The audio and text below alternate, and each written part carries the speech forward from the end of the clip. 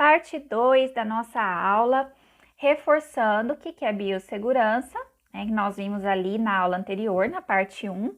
Vão ser um conjunto de ações para prevenir e controlar os riscos das atividades que interferem na saúde. Bom, havia falado anteriormente no vídeo anterior, né, que nós iríamos pensar aqui, ó, sobre os riscos, certo? Então, toda atividade, todo trabalho, né, sendo ele na saúde, sendo ele na construção civil, um trabalho com eletricidade, ele vai ter um risco, certo? O que será que é um risco? Será que risco é a mesma coisa que perigo? Então, vamos pensar. Apesar de serem palavras coesas, o que é uma palavra coesa? Né? É uma palavra similar, que tem significados ali próximos. Perigo e risco têm sim diferenças. Então, vamos acompanhar essa imagem. Primeiro, eu quero trazer aqui essa imagem que eu encontrei na internet, falando aqui sobre o risco e o perigo da perspectiva de um tubarão. Nós vamos sempre utilizar nessas outras situações e depois a gente traz essa situação para dentro da área da saúde, conseguir aí fazendo associações. Vamos lá. Diferença entre perigo e risco. Perigo. Um perigo é algo que tem o potencial de causar um dano. Então, lá no mar, né, um tubarão é um perigo, né? Representa um perigo por se tratar de um animal, né, que pode atacar seres humanos, pode levar à morte, enfim. Qual que é o risco que o tubarão representa, né?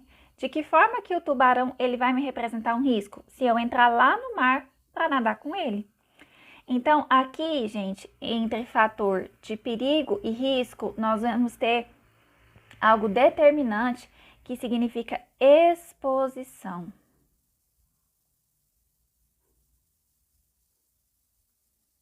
Para que um perigo ele venha se tornar um risco para mim, eu preciso me expor, tá? Então, lá no mar, o tubarão representa um perigo por ser um animal que pode atacar. O risco ocorre a partir do momento que eu me exponho ao tubarão, que eu entro no mar para poder nadar com ele. O que isso é importante para nós, professora, enquanto área da saúde? O que isso vai impactar? Vamos pensar então em biossegurança, certo? Risco, né, é a partir do momento que eu me exponho àquela situação de perigo. Então, por exemplo, dentro das unidades de saúde, já vou passar para cá nesse exemplo que a gente vai conseguir acompanhar melhor. Eu vou sempre ter perigos, certo? Aqui, por exemplo, nessa gravura, eu trouxe que o perigo é um material pérfuro cortante. Pode ser uma agulha, pode ser uma lanceta. Qual que é o risco? É eu me perfurar, né, com um material contaminado, me contaminar, adquirir uma doença. E qual que é a medida de biossegurança para controlar esse risco? A caixinha coletora. Então, vamos recapitular. O perigo, ele sempre vai existir. Infelizmente, a gente não consegue trabalhar sem agulha, sem seringa, né, dentro de um ambiente hospitalar. Qual que é o risco de manipular esse material pérfuro cortante? O risco é eu me acidentar e me perfurar. A partir daí, né, a gente vai entender que o perigo e o risco ele vai existir no meu ambiente de trabalho. As medidas de biossegurança, elas vão vir para tentar minimizar esse risco, controlar esse risco.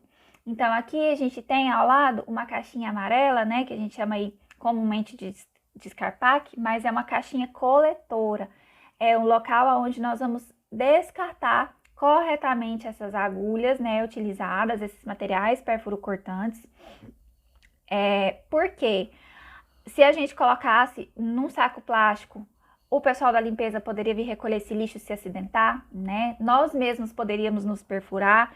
Então, aqui já existe a caixinha coletora. E uma outra medida de biossegurança é o não reencape de agulha. Então, a agulha, não tem uma agulha aqui, mas eu tenho uma caneta. Ela vai vir, né, com uma capinha, que é para proteger a parte, né, que vai perfurar.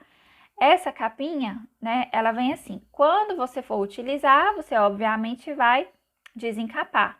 Depois de utilizada, não é necessário você reencapar essa agulha, porque nesse movimento você pode se perfurar. Então, para isso existe a caixa coletora. Ou seja, as medidas de biossegurança, elas vão vir não para extinguir o perigo, porque o perigo ele vai tá lá. A gente vai precisar manipular esse material perfuro-cortante, mas para diminuir o risco de a gente se perfurar, certo?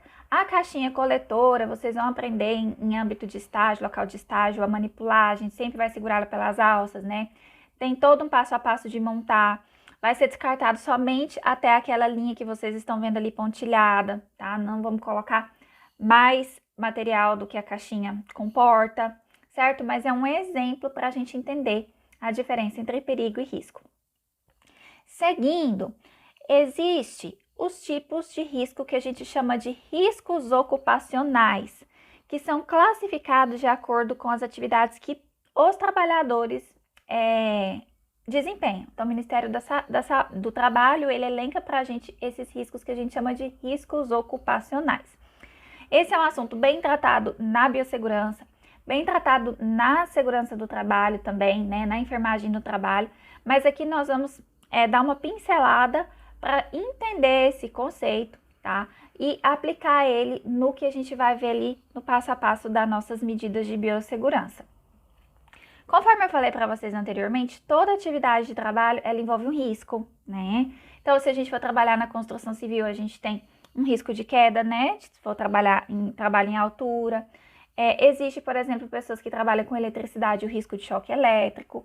Nós, trabalhadores, né, da área da saúde, nós temos ali um risco por nós estarmos expostos a doenças, enfermidades, né, contrair alguma enfermidade em decorrência ali dessas doenças transmissíveis que a gente manipula paciente. Podemos ter risco ali, né, hoje em dia é muito falado do burnout, que são as longas jornadas de trabalho, muitos trabalhadores que ficam aí, né, pegam plantões muito longos. E aí, dentro dessa classificação, vão existir os riscos ocupacionais, certo? E eles vão ser classificados em 5: riscos físicos, químicos, biológicos, ergonômicos e de acidentes. Aqui tem uma tabela a título de conhecimento, certo? De como que é classificado. Cada um é representado por uma cor. Dentro das empresas, das indústrias, existe mapa de risco que é feito pelo pessoal da segurança do trabalho. Mas esse não vai ser o foco da nossa aula de hoje. O que eu quero que vocês entendam é que esses riscos ocupacionais são classificados em 5 grupos e nós, da área da saúde, vamos estar mais expostos aos riscos que a gente chama de riscos biológicos, devido à natureza do nosso trabalho. Quais são esses riscos biológicos, né? Que está aqui representado em cor marrom. São os vírus, bactérias, protozoários, fungos, parasitas e bacilos. Aqui a gente volta lá no exemplo que eu dei da Covid-19. É um vírus, né? Durante a jornada de trabalho, durante a pandemia, os profissionais estavam expostos ao coronavírus, SARS-CoV, né? SARS-CoV-2, que é o vírus do coronavírus. Então, não existe somente o Covid, né? Ao longo da nossa jornada, nós vamos estar expostos a outros micro-organismos que podem causar doenças. E é desses, principalmente contra esses agentes biológicos, que as nossas medidas de biossegurança vão entrar. Então, utilização de máscaras, de luvas, né, de equipamentos descartáveis, lavagem e higienização das mãos, tudo isso vai estar agindo aqui para minimizar o nosso contato com esses agentes que a gente chama de biológicos. Ó, até coloquei aqui, ó. Riscos biológicos vivendo em ambiente hospitalar. Então, em um ambiente laboral voltado à área da saúde, seja ele um hospital, uma clínica, um laboratório, um ambulatório, uma UPA, né? Vamos estar expostos diariamente a riscos biológicos provenientes de micro-organismos, que são seres pequenininhos que a gente não vê. Teremos uma disciplina de microbiologia para vocês entenderem mais sobre esses micro-organismos. Mas são micro-organismos, são organismos microscópicos que não vemos a olho nu e que causam doenças. A exemplo dos próprios vírus, como eu citei, bactérias que causam uma gama de diversas doenças, como, por exemplo, hanseníase, tuberculose, sífilis, meningite, né, quando é de origem bacteriana. Temos os protozoários, que vai causar aí, por exemplo, exemplo de doença causada por protozoário, doença de Chagas, tá?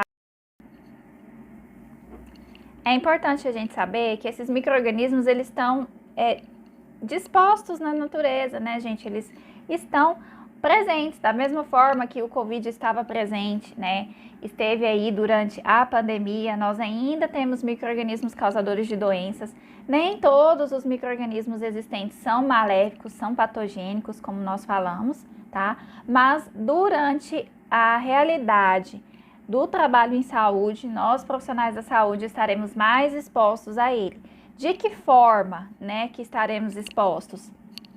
Através do contato que a gente chama de contato com fluidos corporais. O que são fluidos corporais? São os líquidos dos corpos das pessoas, né? Então, nosso corpo, né, nosso organismo, ele vai ter aí sangue, suor, urina, secreções normais, fisiológicas do nosso corpo, certo?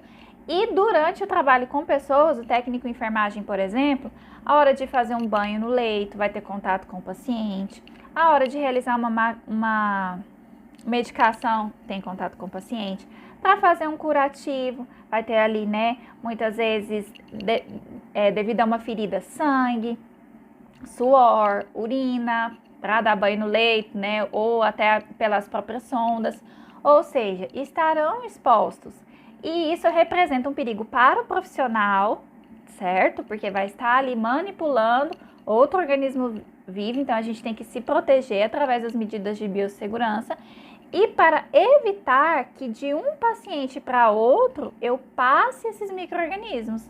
Então, se eu estou fazendo um procedimento num paciente, né, e vou para outro paciente sem higienizar as mãos, sem trocar as luvas, eu vou estar fazendo ali um contato entre um organismo e outro, né, um contato indireto, e eu posso ser veículo de uma transmissão de alguma doença, como por exemplo, na época da Covid, as pessoas que trabalhavam no departamento de Covid, né, aí nos hospitais de campanha, muitas vezes ficavam naquela ala hospitalar exclusiva para Covid, não ia atender outros pacientes, ou então tinha que tirar toda aquela paramentação e utilizar tudo novamente.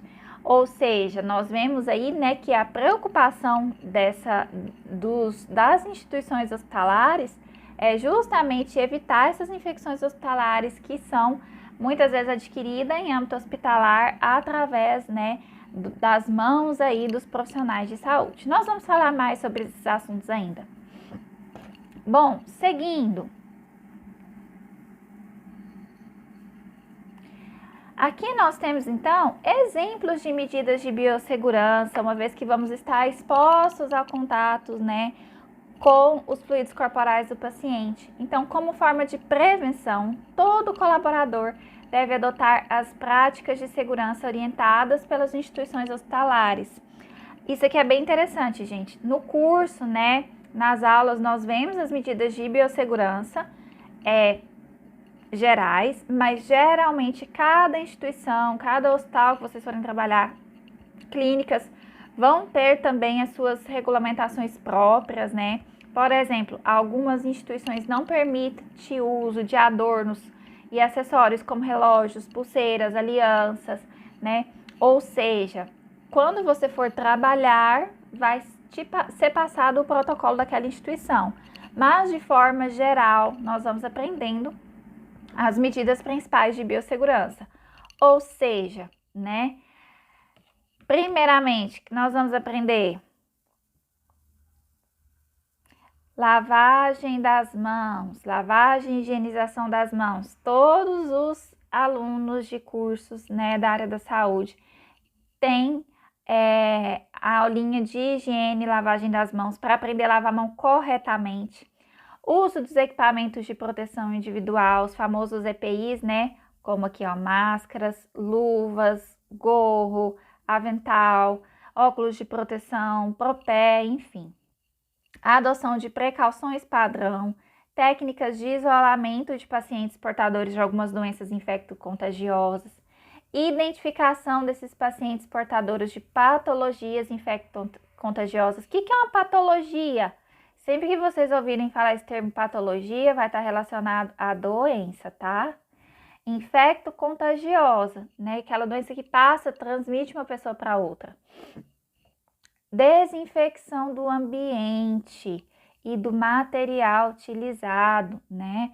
Aqui a gente vai aprender também a diferença entre limpeza, asepsia, antisepsia, ok? Então, essas medidas que vamos estudar no decorrer das aulas. Mas então, a parte introdutória era isso que eu queria passar para vocês.